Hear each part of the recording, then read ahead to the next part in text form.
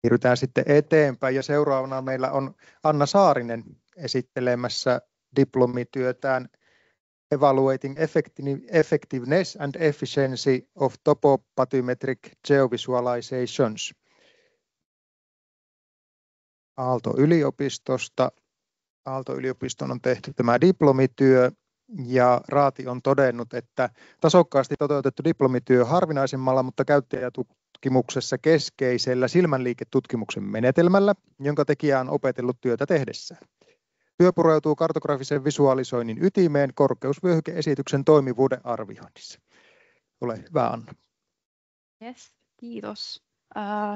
Tosiaan moikka kaikille. Mä oon Anna Saarinen ja tosiaan valmistuin tuossa heinäkuussa Aalto-yliopistosta geoinformatiikan maisteriohjelmasta. Heti tämän työn palautettua laitoin valmistumispyynnön menemään.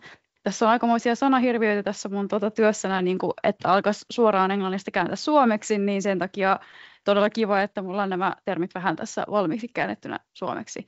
Eli tosiaan tässä mun diplomityössä mä tutkin tästä topograafisten ja batymetristen, eli lyhyemmin topobatymetristen geovisualisointien toimivuuden ja tehokkuuden arviointia tein. Ja käytännössä mitä mä tein oli se, että mä tein tämmöisen silmäliiketutkimuksen, jossa mä nimenomaan keskityin tällaiseen 3D-perspektiivinäkymän sekä korkeusvyöhykevärityksen niin kuin visuaalitekniikoiden käyttöön näissä staattisissa kartoissa ja siihen, miten ne vaikuttaa niiden karttojen tulkintaan. Ja tosiaan taustasta sen verran, eli tällaisia tyypillisiä visualisointitekniikoita, mitä näissä käytetään, on tosiaan nämä korkeus- ja syvyyskäyrät, ja niiden kanssa aika usein käytetään tämmöistä korkeusvyöhykeväritystä, joka laitetaan käytännössä näihin tällaisiin korkeusalueiden väleihin osoittamaan sitä, missä kohtaa tämä korkeus tai syvyys vaihtuu. Ja niiden lisäksi etenkin näissä 2D-staattisissa kartoissa, tai staattisissa kartoissa nimenomaan, niin käytetään usein myös tämmöistä 3D-perspektiivinäkymää auttamaan tämän visuaalista hahmottamista. Ja tosiaan tässä aikaisempaa tutkimusta on silleen kohtalaisen vähän näistä, etenkin siitä, että tavallaan miten nimenomaan nämä visualisointitekniikat vaikuttaa havainnointiin, ja niissä on aikaisemmin ollut myös paljon epäselviä tuloksia, osin myös ristiriitaisia keskenään, minkä takia mä lähdin sitten tutkimaan tavallaan tätä aihetta lisää. Ja minkä takia tosiaan silmänliikeseuranta ja mistä tässä oikein on kyse? Tämä on alkanut viime vuosina yleistymään hieman, että nykypäivänä löytyy enemmän tutkimuksia, missä on yleensä käytetty silmänliikeseurantaa nimenomaan yhdistetty muihin tutkimusmenetelmiin, esimerkiksi haastatteluihin ja kyselyihin. Ja tosiaan tässä on käytännössä kyse siitä, että tässä mitataan, mihin tämä katse kohdistuu karttaa katsoessa.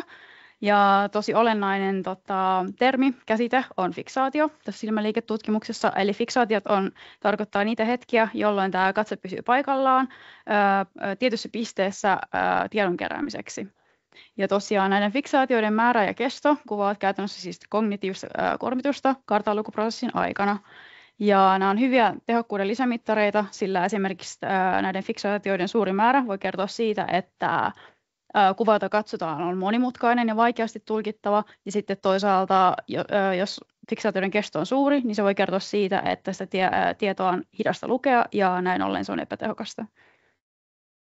Ja tosiaan mun tutkimuksen tavoitteena oli just selvittää näiden kahden eri visualisointitekniikan vaikutuksia näissä topobatymetrisissä geovisualisoinneissa, eli käytännössä miten ne vaikuttaa niiden toimivuuteen vastaustarkkuutta mittaamalla sekä tehokkuuteen vastausaikaa mittaamalla. Ja lisäksi minua kiinnosti tutkia myös, että miten katse tavallaan kohdistuu tällaisissa erilaisissa karttavisualisoinneissa näiden fiksaatioiden määrän ja keston avulla. Ja tosiaan koeasetelmasta mä tein tämmöisen käyttäjäkokeen. Mulla oli yhteensä 26 osallistujaa, ja nämä kaikki osallistujat suorittavat tismalleen saman kokeen. Eli ne teki kaikki samat tehtävät samassa järjestyksessä ja näillä samoilla kuvilla. Ja käytännössä osallistujat siis teki 12 erilaista tehtävää. Ensin tehtiin tehtävään A liittyviä kyselyitä kuvilla, jossa piti valita pistepari, jonka välillä on suurin korkeusero. Ja sen jälkeen tehtiin tästä pikkasen haastavempaa toista tehtävää B, jossa piti valita sellainen silta, joka on korkeammalla suhteessa sen alla olevan pinnan matalimpaan kohtaan. Ja mä tosiaan tein tätä varten 16 eri tällaista karttakuvaa Googlesin avulla, ja ne jakautui käytännössä silleen, että molemmissa tehtävissä oli yhteensä 8 tällaista ärsykettä per tehtävä.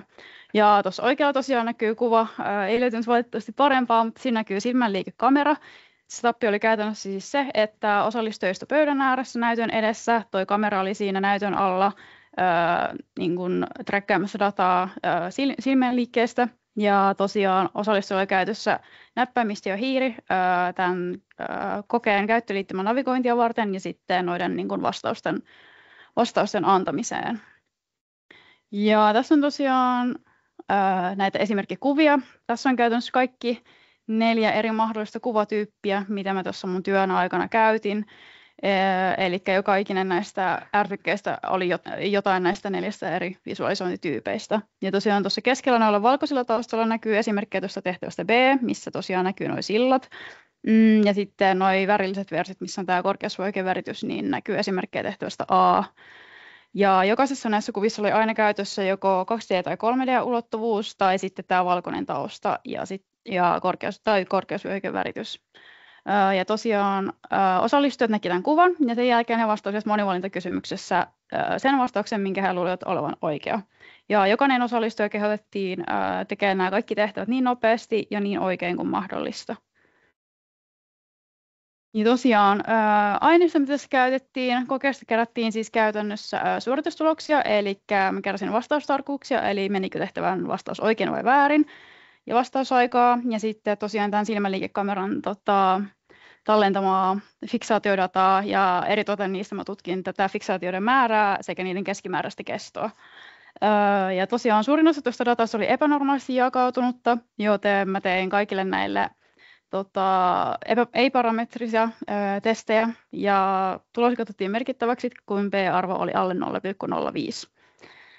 Ja sen lisäksi mä tein näistä fiksaatioista tämmöisiä niin kuin eksploratiivista analyysiä varten tällaisia heatmappeja, eli käytännössä mä mäppäsin ne kaikki fiksaatiot näiden kuva-ärsykkeiden päälle niin, että siinä näkyy tavallaan, että kuinka usein ja minne ihmiset on katsonut sitä karttakuvaa. Ja tosiaan tuloksista, tuossa vasemmalla näkyy ainoastaan vain näitä vastaustarkkuustuloksia, mutta niistä löytyy suoritustulosten suhteen ainoa merkittävä tulos, eli tässä tehtävässä A, ensimmäisessä ja vähän helpommassa tehtävässä, niin tämä 3D-näkymä paransi merkittävästi tätä vastaustarkkuutta, kun taas tämän värityksen kohdalla ei ollut merkittäviä eroja. Ja vastausajan kohdalla puolestaan ei ollut eroja kummallakaan näistä tekniikoista. Ja mä luulen, että yksi syy tähän saattaa olla esimerkiksi se, että ehkä mahdollisesti nämä osallistujat, vaikka heitä ohjeistettiin vastaamaan niin oikein niin nopeasti, niin he saattavat silti esimerkiksi panostaa enemmän sen tehtävän oikein saamiseen kuin siihen nopeuteen. Sitten silmänliiketuloksista sen verran, että tästä tehtävästä B, eli sitä vähän vaikeammasta siltatehtävästä, niin löytyi, että nämä fiksaation määrät on 3D-näkymissä paljon isompia kuin 2D-näkymissä. Ja mä luulen, että johtuu lähinnä siitä, että nuo 3D-kuvat olivat aika paljon laajempia ja niissä oli jonkin verran tuommoista vääristymää, minkä takia todennäköisesti ihmisiä joutuisi kantaa vähän isompia alueita, mitä versus niissä 2D-kuvissa, jotka oli paljon kapeampia ja ne dimensiot oli vähän erilaiset. Niin se voisi olla yksi hyvä syy, mikä selittäisi tämän määrän. Ja sitten tuossa tehtävässä fiksaatioiden keskimääräisessä kestossa, niin tässä ekassa tehtävässä A oli vähän tällainen ehkä ennalta odottamaton tulos, eli tällä valkoisella taustalla olevilla karttakuvilla, niin ne fiksaatioiden kestot olikin lyhempiä kuin tämän värityksen kanssa päinvastoin, mitä mä ehkä ajattelin, että se tulisi olemaan. Mä ajattelin, että nämä värit tulisi auttamaan näiden kuvien tulkintaa ja nopeuttamaan sitä. Yksi syy tähän, mitä mä luulen, että on mahdollista, on se, että ehkä tämä väriskaala ei ollut ennalta kaikille niin tuttu, koska jotkut esimerkiksi sen kokeen jälkeen sanoikin ääneen, että he ei olleet ihan varma, että mitä nämä värit nyt oikein olikaan, joka saattoi sitten häiritä tulkintaa tässä alussa. Ja toisaalta, koska tämä sama efekti ei ole näkyvissä tuossa tehtävässä B, niin mä uskon, että se voi johtua siitä, että tavallaan kun tämä koe alkoi, kaikki teki aina tehtävän A-kuvat ensin, niin on hyvin paljon mahdollista, että tämän kokeen loppupuolella, kun he teki tehtävää B, niin he oli tottuneet jo siihen väriskaalaan, ja eikä enää se ei tuntunut enää niin vaikealta. Ja näissä molemmissa tehtävissä A ja B oli sama havainto fiksaatioiden tämän keston suhteen, eli 3D-näkymien kanssa, niin nämä fiksaatioiden keskimääräiset kestot oli lyhempiä, mikä käytännössä tarkoittaa, että se voi tulkita niin, että tämä 3D-näkymä tosiaan tehosti sitä tulkintaa. Ja tuossa tehtävässä B tosiaan, kun aiemmin jo mainitsinkin tuosta, että siellä on enemmän näitä fiksaatioita, niin ehkä yksi syy, mitä mä mietin, on se, että koska tässäkin jälleen niin fiksaatioiden määrä ei ollut suurempi 3Dn kanssa tehtävässä A, niin se voi ehkä johtua siitä, että se tehtävä B oli vähän vaikeampi tehtävä niistä kahdesta. Eli sen sijaan, että sä vertat vain kahta pistettä, niin siinä täytyy ensin löytää sen sillan alla oleva matalin piste ja sen jälkeen lähteä tekemään sitä korkeusvertailua. Niin mä luulen, että se voisi olla yksi hyvä selitys, minkä takia toi määrä kasvoi tuossa tehtävässä B. Ja tässä on vielä vähän, tässä on tosiaan näitä heatmappeja noista mun fiksaatioista. Tässä on pari esimerkkiä, 2 kuvaa tosiaan siitä. Nämä on aggregoitu silleen, että tässä on kaikkien osallistujien data ja kaikki tavallaan ne tapahtuvat fiksaatiot ja tehty niistä heatmappeja. Ja tavallaan, tai tosiaan, mitä tummempi tuo punaisen sävy on tuolla keskellä, niin sitä enemmän se tosiaan ihmiset on katsoneet juuri nimenomaan sitä kohtaa. Ja näitä heatmappeja katsoessa, niin mun mielestä oli aika selkeää just, että tosiaan nämä jakautuu aika eri tavalla, nämä fiksaatiot näissä karttakuvien päällä, riippuen siitä, onko meillä kyseessä tämä 2D-kuva tai tuo 3D-kuva. Väriin liittyviä näitä efektejä on aika vaikea huomata tällaisista visualisoinneista, mutta sitten nämä heatmapit tukevat muuten ehkä tuon niin kuin visuaalisten tällaisten strategioiden havaitsemista näissä tehtävissä. Eli esimerkiksi tuossa oikeanpuolemmassa kuvassa, niin sen sijaan, että ne katseet olisi suoraan noiden 2 pisteen päällä, niin tuossa on selkeästi keskitty niihin kohtiin, missä on eniten tietoa, eli esimerkiksi noita korkeus- ja syvyyskäyriä on eniten vierekkäin. Mutta joo, tosiaan ehkä johtopäätöksenä tai ehkä ennemminkin yhteenvetona jopa, niin tosiaan tämän mun tekemän tutkimuksen perusteella niin näyttää siltä, että tämä 3D-perspektiivinäkymä parantaa hyvin toimivuutta tällaisessa yksinkertaisessa niin kuin korkeuden arviointitehtävissä. Ja näiden fiksaatiotulosten perusteella myös potentiaalisesti se edistää tehokkuutta, mutta toisaalta samaan aikaan se saattaa lisätä kognitiivista kuormitusta siinä mielessä, että niiden fiksaatioiden lukumäärä lisääntyy. Ja tämän korkeusvyöhykevärityksen kanssa vaikutukset jäi aika epäselviksi.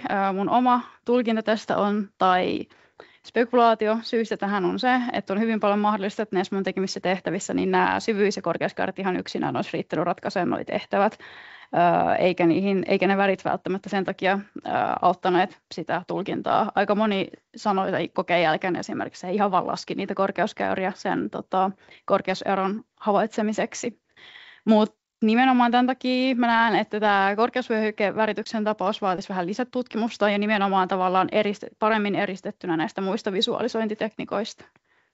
Ja ehkä tässä mun työssä tämä ehkä selkein rajoite tällä hetkellä on se, että mulla on aika pieni ja homogeeninen toi otoskoko, minkä takia mä näen, että olisi tarvetta tehdä jatkotutkimusta tavallaan paljon laajemmalla otoskoolla ja monimuotoisemmalla osallistujajoukolla, jotta noita efektejä voitaisiin havaita paremmin ja toisaalta sit niistä tuloksista tulisi paljon yleistettävämpiä myös. Mutta joo, ehkä yleisesti vielä, niin selkeästi tämän mun tutkimuksen perusteella nämä visualisointitekniikat niin vaikuttaa kyllä noihin suoritusmetriikoihin ja katseen kohdistumiseen, mutta nämä vaikutukset näyttäisi olevan hyvin niin kuin tehtävä- ja käyttäjäsidonnaisia. Eli esimerkiksi tehtävän sisältö tai tehtävän vaikeustaso tai sitten vaikkapa sen käyttäjän perehtyneisyys näihin visualisointimetodeihin niin vaikuttaa todennäköisesti tähän havainnointiin paljon.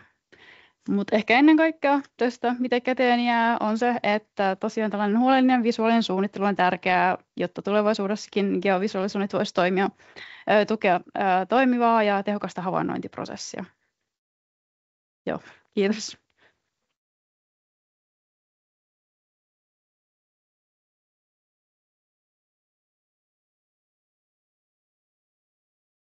Aristotkin loppuu, mutta kiitos paljon Anna. Kysymystä.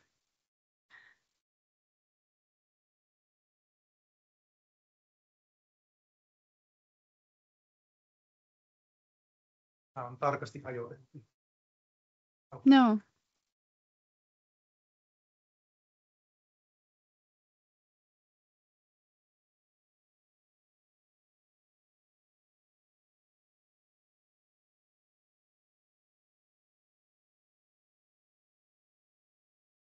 Joo, kiitos. Mm.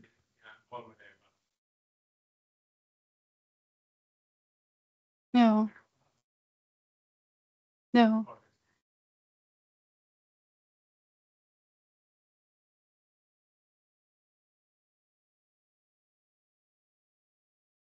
joo, joo, joo, tosiaan siinä kyllä just tulijoillekin osallistujat kokeen jälkeen sillään kommentoitiin sieltä, että osa oli sille, että oli ihan selkeä se väriskaala, sitten jotkut oli ihan sille, että mikä ihme toi väriskaala on tai miten sitä olisi pitänyt tulkita. Se tosiaan näytettiin nopeasti siinä kokeen alussa silleen niin kuin gradienttina periaatteessa kaikille osallistujille, että tässä on tavallaan maan ja veden raja ja sitten tästä alaspäin on syvempää, tästä ylöspäin on niin kuin korkeaa, mutta tosiaan se ei ehkä sitten jäänyt mieleen, kun sillä oli paljon kaikkea muuta. Tehtiin harjoituskoetta ja tällaista, niin se ehkä sitten jäänyt päällimmäisenä mieleen tuohon kokeeseen.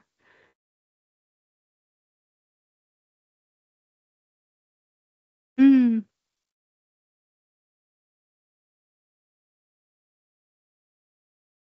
joo.